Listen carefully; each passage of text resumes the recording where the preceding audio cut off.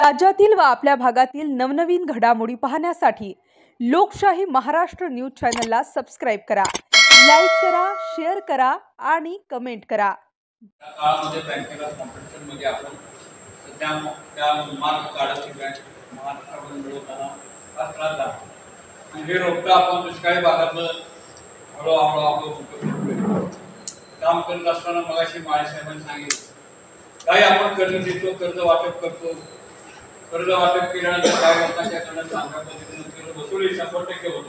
चांगले कर्जदारी आहे. काही वेळा कर्जाला कर्ज संकलन मग भरण्याची परिस्थिती असो नसो किंवा काही अडचणीमुळे मग ती कुठेतरी मग टीकात्मक बाबीच्या मार्गाला असतात आणि टीका करत असताना मग ते कुठं जायचं सगळ्या सोपं माध्यमांमध्ये पत्रकार असं मी समजलं की जगाला मार्केटिंग करण्यामध्ये डिजिटल इंडिया असा पत्रकार असतात हे आपल्याकडे येतात. तर माझी आपल्याला विनंती आहे जरूर आपण बातमी छापण्याबद्दल आमचा विरोध नाही कारण तो तुमचा मूलभूत हक्क आहे तुमचा. फक्त हक्क करताना ते एखादा तक्रारदार किंवा जो कर्जदार सहभागीदार जामीनदार आपल्याकडे आला तर माझी आपली विनंती आहे की बँक तुमची आहे, आपली बँक आहे आणि ते आपलं रोपटं वाढवाय जशी आमची जबाबदारी आहे तशी नैतिक जबाबदारी आपली आहे. चुका मानवाच्या होत असतात तर आपला माझी विनंती की आपण थोडंसं बँकेच्या अधिकाऱ्याशी चेअरमनशी त्या परिस्थितीमध्ये आज आपण त्यातून आर्थिक बंधनातून मुक्त झालेलो आहे आणि आजच्या परिस्थितीला बँकेचे साधारण 300 कोटी डिपॉझिट, 210 कोटी ॲडव्हान्सेस आणि 135 कोटी रिझर्व्ह बँकेच्या रोख्यामध्ये गुंतवणूक आहे आणि सांगितलं तुम्हाला की 8 कोटी नफा चांगली बँकेनं चांगली वसुलीची कार्यक्षमता संचालक मंडळाने दाखवली. त्याच्यामुळे प्रॉफिट झाला. प्रॉफिट 8 कोटी आपण ठेवला नाही. इन्कम टॅक्स 30% बसतो. त्यामुळे आपण काय तरतुदी केल्या आणि आपले आर्थिक परिस्थिती भक्कम होण्यासाठी आपण रिझर्व्ह बँकेने तरतूद केली. एखाद्या कर्जदार थकीत राहिला तर त्याला लक्षात करून म्हणून आपण रिझर्व्ह फंड तयार केला, आर्थिक परिस्थिती भक्कम केली आणि पुढील कर्जासाठी तरतूद केली. बॅड डेट प्रोव्हिजन होतो, provision for bad and drop debts किंवा BDDR. तर प्रोव्हिजन नफ्यात करतो तेव्हा आपली आर्थिक परिस्थिती भक्कम होती, भांडवल आणि रिझर्व्ह. तर मग अशा परिस्थितीमध्ये आज बँकेची आर्थिक परिस्थिती भक्कम आहे. बँकेचा वर्धापन दिन 15 ऑगस्टला आहे. त्यामध्ये एक आठवडा 15 दिवस महिन्याभर आपण ठेव सप्ताह ठेवणार आहे. ठेवीचे दर वाढवणार आहे. सगळ्या ठेवणार आहे की थोडंसं आम्हाला काही रेस्ट्रिक्शन असल्यामुळे व्याज दर कमी ठेवायला लागले त्यामुळे रिझर्व्ह बँकेने सगळी बंद काढली. त्याचबरोबर ऑनलाईन बातमीमध्ये आपण 3-4 वर्ष लाभांश देऊ शकत नव्हतो त्यामुळे आपण लाभांश देतो. गेल्या मीटिंगमध्ये असं शब्द दिला होता बोर्डाला की आम्ही निश्चितपणे त्यातून बाहेर पडून तुम्हाला लाभांश देऊ. वचनपूर्ती येत. त्याचा काय उद्देश आहे आणि काय बँकेची माहिती थोडक्यात आम्हाला सांगा. सांगोला अर्बन बँक गेली 29 वर्ष सांगोलकरांच्या सेवेमध्ये आहे. अर्बन बँका दिवसेंदिवस अडचणीत येत आहेत. देश पातळीवर 2000 संख्या असणारी सध्या आकडा हा 1400 आलेला आहे आणि शासनाचं असं धोरण आहे की तो आकडा 500पर्यंत खाली आणायचा आहे. त्याचं कारण असं की काही बँकामध्ये संचालक मंडळांनी अधिकाऱ्यांनी मिळून काही घोटाळे केले त्यामुळे अर्बन बँका अडचणीत आल्या. सांगोला अर्बन बँक ही राजकारण वरदास्त नसणारी एकमेव बँक आहे ज्यामध्ये लोकांच्या प्रेमावर, आपल्या आशीर्वादावर आणि आमच्या प्रयत्नावर सध्या बँक चालू आहे.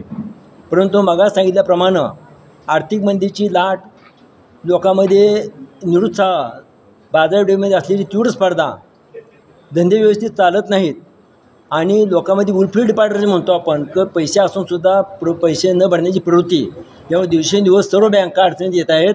असेच अशा कारणामुळं सांगोला अर्बन बँक आपली गेल्या 2-3 वर्षापासून अडचणीमध्ये होती.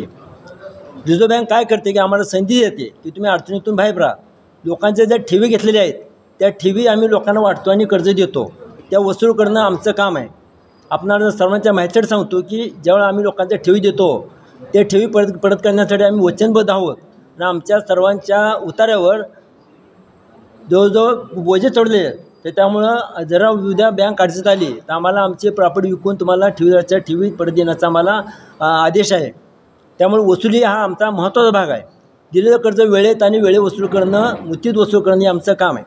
बरं जेव्हा असं होतं की जेव्हा कर्ज थकबाकीमध्ये जातं, प्रत्येक महिन्याला हप्ताभरणं अनिवार्य असतं, परंतु 3 हप्त्यामध्ये गेलं की कर्ज NPA मध्ये जातं आणि RBI सांगते की तुम्ही कारवाई चालू करा. बरं असं ती एखादी नोटीस दिली की त्यानंतर लोकांना वाईट वाटतं की आम्हाला नोटीस आली, इतका मोठा माणूस आम्ही, आणि 2-3 नोटिसा गेल्यानंतर 101 दाखल होतं. 100 म्हणजे कायदेशीर कारवाई चालू होती. कायदेशीर कारवाई सुरू झाल्यानंतर 100 दाखला मिळाली की त्यांची बँक अटॅचमेंट होते, खाती लॉक होतात, कर्जदाराची आणि जामीनदाराची प्रॉपर्टी बोजा चढला जातो आणि ते तारखा पडतात. तरीसुद्धा रिझर्व्ह बँकाने आम्हाला सहकार खातं त्यांनासुद्धा संधी देतं, 1-2-3 तारखा देतो, तुम्ही वेळेत पैसे भरा, बोजा निदाव काढून बोजा तुमचं प्रॉपर्टी विकून तुम्ही बेघर होऊ नये, हा शासनाचा रिझर्व्ह बँकेचा आणि आमचाही उद्देश असतो. परंतु बऱ्याच वेळा ह्या गोष्टी घडत नाहीत. ज्यावेळेला अशा कारवाई आम्ही चालू करतो त्यावेळेला कर्जदारांनी जामीनदार नाराज होतात आणि त्या आदेशापोटी काही जण रागाला जातात आणि अशा पोटी त्यांना मग थोडंसं आमच्या उलट कारवाई केली जाते. आता बऱ्याच वेळा असं होतं की ज्यावेळेला आम्ही कर्ज घेतलं असतं त्यांना मंजूर असतं, हप्ते भरले असतात, तरीसुद्धा ते कोर्टामध्ये जातात. हायकोर्टामध्ये सध्या एक केस चालू आहे. आम्हाला त्या गोष्टीला सुद्धा फेस करावं लागतं आणि अशा गोष्टीतूनच मग थोडंसं वाद निर्माण झाल्यानंतर मग थोडंसं बँकेचे डबघाईला प्रकरण येऊ शकतात. अशा कारणामुळेच आपल्या गेल्या 2 वर्षापासून होतं. पण गेल्या 2 वर्षामध्ये, गेल्या विशेषतः 24-25मध्ये संचालक कर्मचाऱ्यांनी, आमचे कर्जदारांनी, ग्राहकांनी आम्हाला भरपूर साथ दिलेली आहे आणि उल्लेखनीय कामगिरी कडक कारवाई, कायदेशीर कारवाई केल्यामुळे आमची वसुली चांगली झालेली आहे. रिझर्व्ह बँकेला जे अपेक्षित होतं तेवढं झालेलं आहे आणि विक्रमी नफा, आता सांगितल्याप्रमाणे 8 कोटीचा नफा झालेला आहे.